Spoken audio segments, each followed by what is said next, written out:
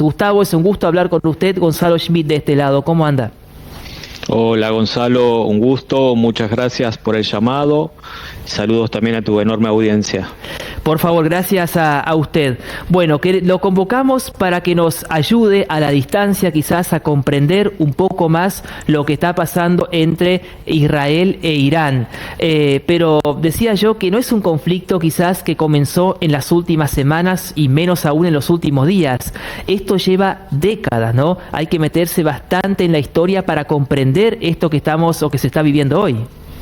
Totalmente de acuerdo con tu introducción. Yo creo que la ayuda de la historia es indispensable para intentar tener un conocimiento más profundo, más complejo de esta guerra que se está desarrollando en los últimos días.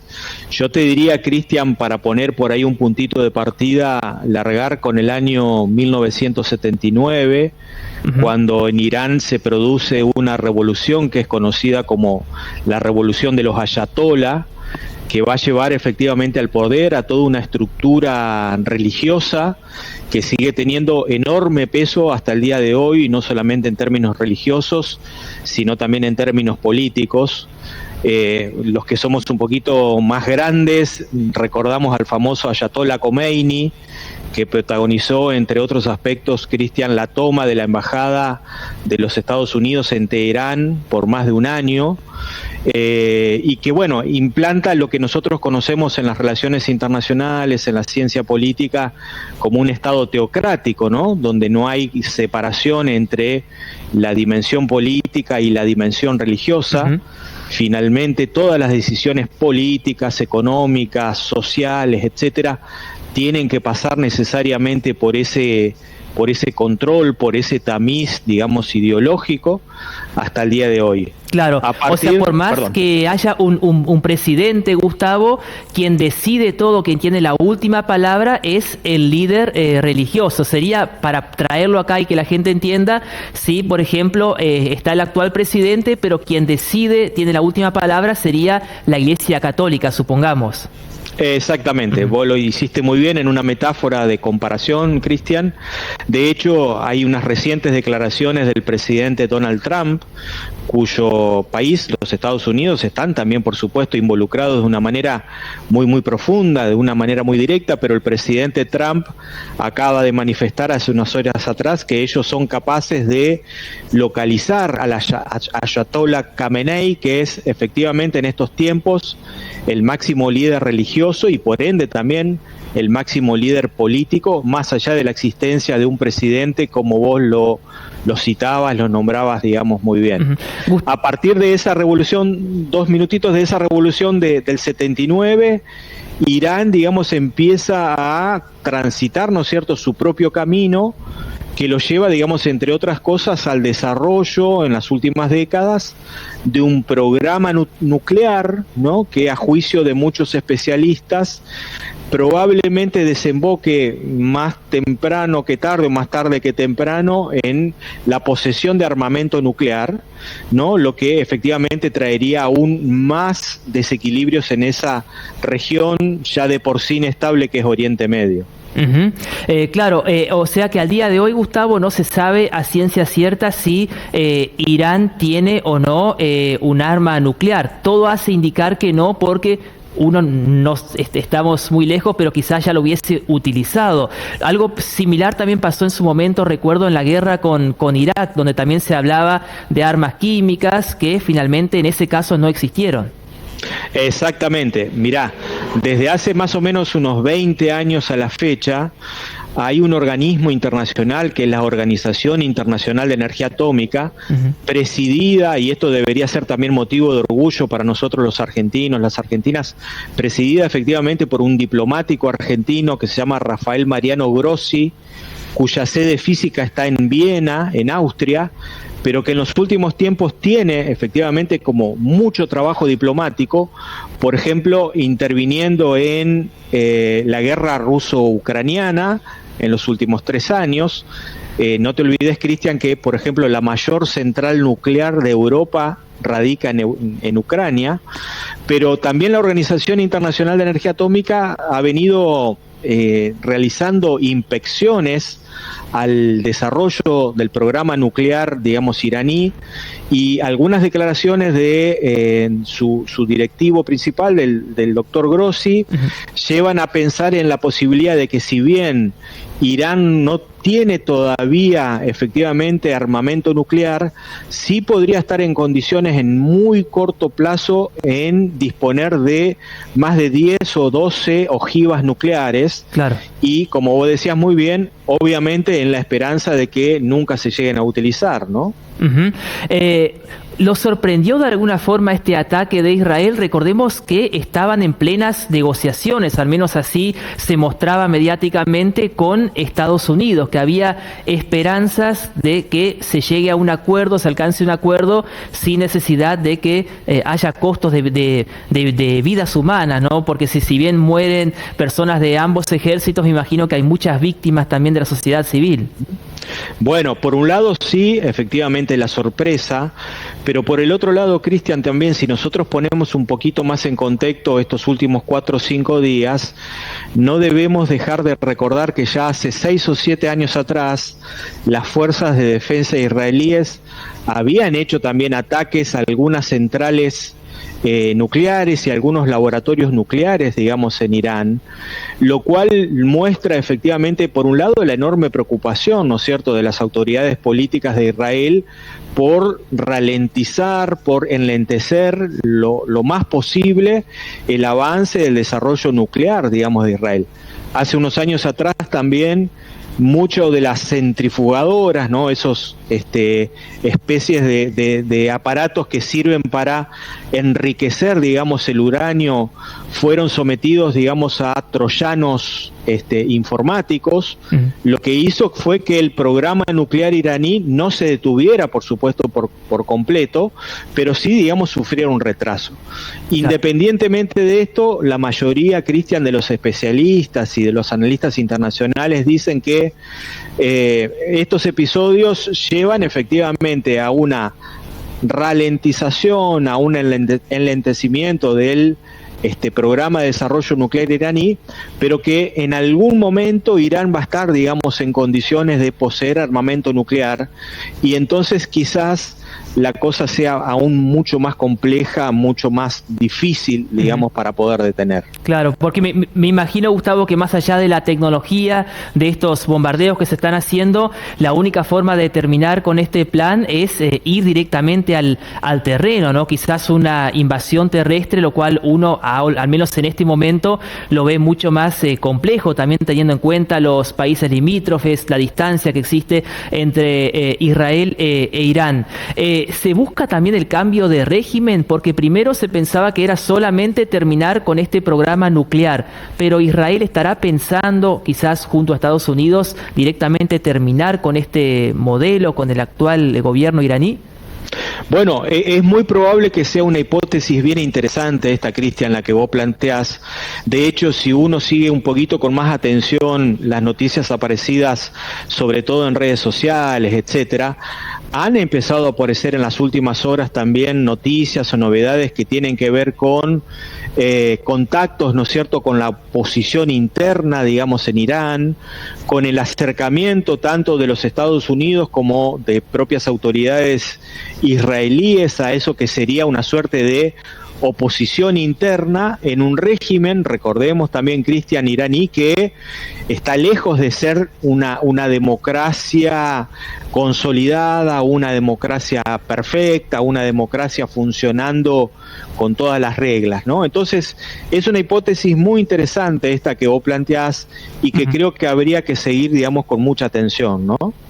Ahora la pregunta es ¿cómo continúa esto? Parece que, bueno, lo que uno pensaba, bueno, fue un bombardeo de alguna forma sorpresivo, que quizás demoraba unas horas, después, como pasó hace unos meses atrás, después esperar en unos días o semanas la posible respuesta de Irán. En este caso nunca cesaron, ¿no?, los combates prácticamente de un lado y del otro durante todos los días. ¿Se puede llegar a extender esto a otros países, a la región? Estados Estados Unidos, si bien me imagino que debe estar involucrado, ¿no? Proporcionando sobre todo inteligencia, pero que se involucre más de lleno, con tropas, con fuerza, ¿cómo cree que continuará todo esto? Bueno, sin por supuesto tener todos los elementos, digamos, de análisis, sino básicamente los que uno puede acceder a través de la prensa internacional y de algunos otros especialistas, es también una posibilidad de que este conflicto escale, no solamente en intensidad, sino también en amplitud geográfica, ¿no? Transformando evidentemente esta región del Oriente Medio en un polvorín, en una situación extremadamente inestable.